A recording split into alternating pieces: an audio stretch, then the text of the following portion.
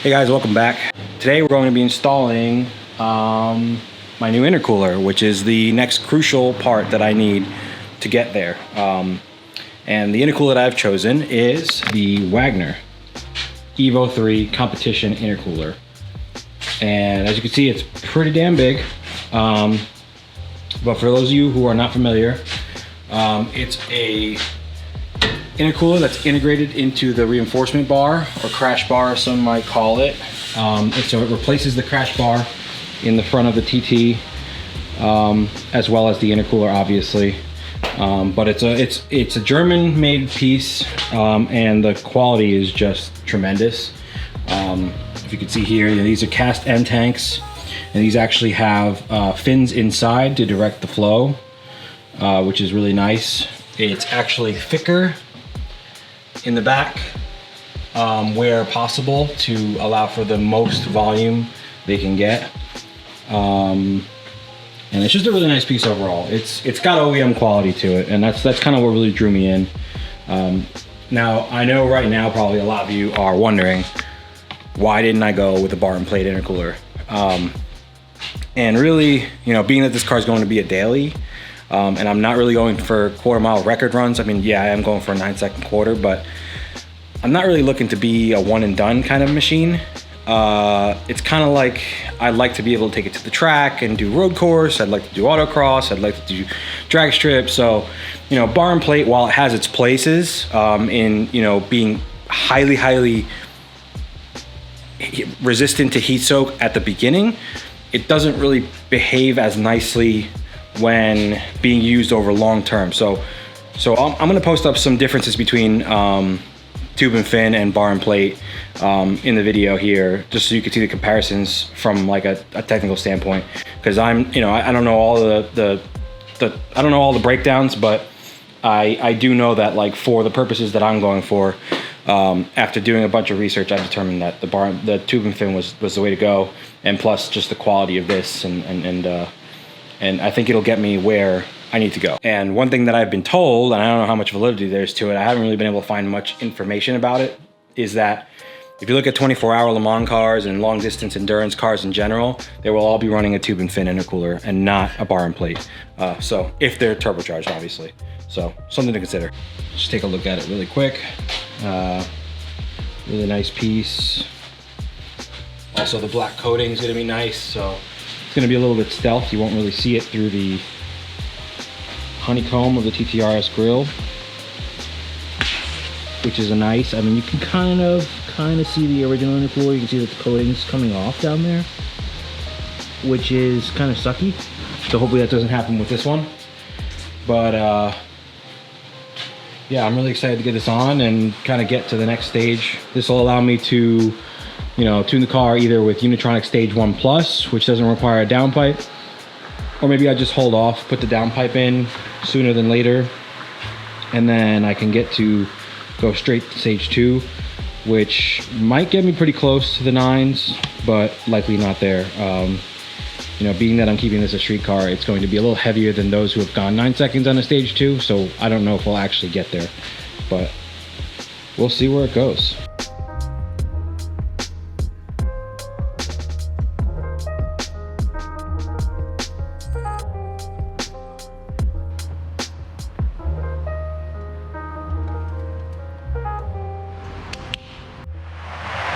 What a mess. All right, so the intercooler's on, and I just wanted to kind of stop for a second to kind of show a couple things that you have to do in order to get it on. There's a couple little tricks that you gotta do. So one of the things you have to do is relocate the outdoor temperature sensor, which we mounted to the radiator support. So if you could see,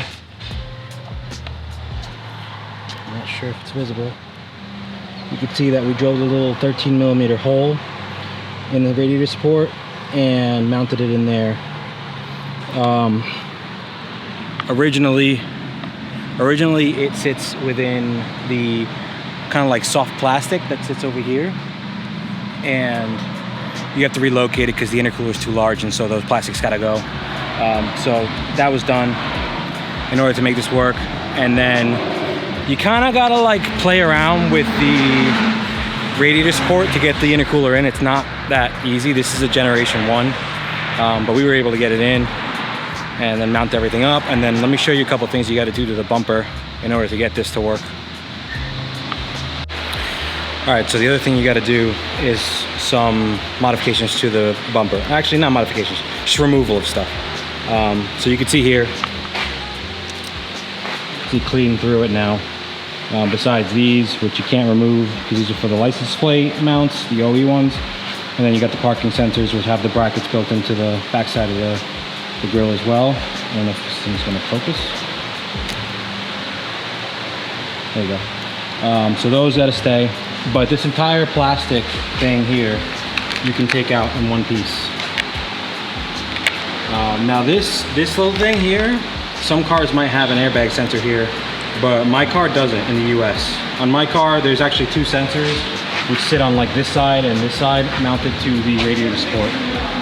But yeah, it's actually pretty simple. I'm actually happy there's no cutting involved in the bumper, just removal of parts.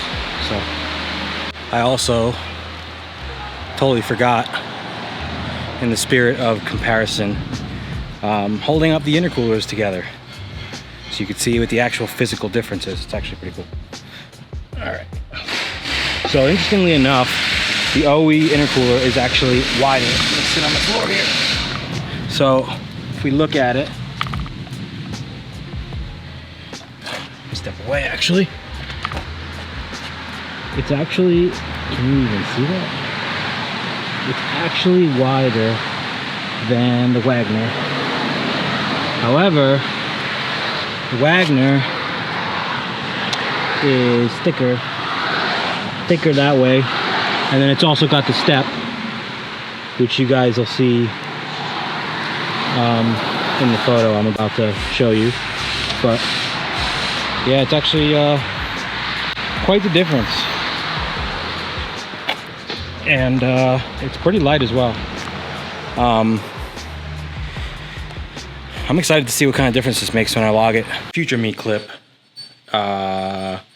the recordings just were not valid. I don't know what happened with the logs, but files got corrupted. Tried to upload them to DataZap to see if we can get, you know, some graphs going so we can compare side by side.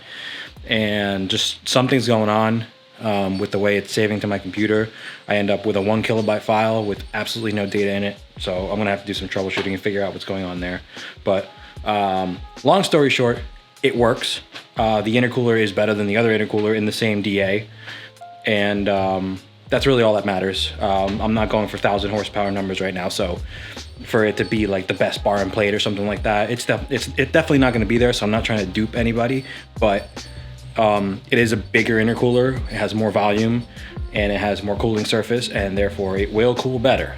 Just plain and simple, you know, nothing fancy there. But the reason why I'm doing this little clip is because I wanted to show you kind of like what it looks like finished with the plastics all removed from the bumper fascia, so you could see that it has completely free-flowing grill now. So with the help of my little Harbor Freight light, I can kind of show you guys what I mean. So originally on the TTRSs and the RS3s, there is like a plastic fascia that goes behind here, and I think I may have put another clip in here showing how to take it off, but if I don't, basically you see these little tabs right here. They get these middle press-on clips that look like they're one-time use, but you can actually pry them off and use them again if you're careful. But basically you gotta go and very carefully remove them all. I think there's like 30, 40 of them. And then this should pop right off. And then you can clip the sensors right back into the grill. You're still left with these blanks here, which is, I believe, are for the license plate OEM mount, which I don't have. But yeah, once you do all that, it basically opens this up completely, and then now you have a free-flowing grill with complete front of the intercooler exposed to the air. There's one other part to it though, which, let me just pop the hood.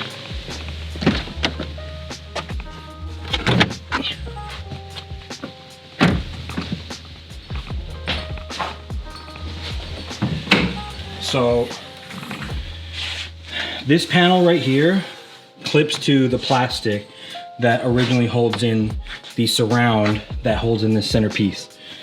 So because of that, Wagner is nice enough to provide these little metal brackets, which I don't think you'll be able to see.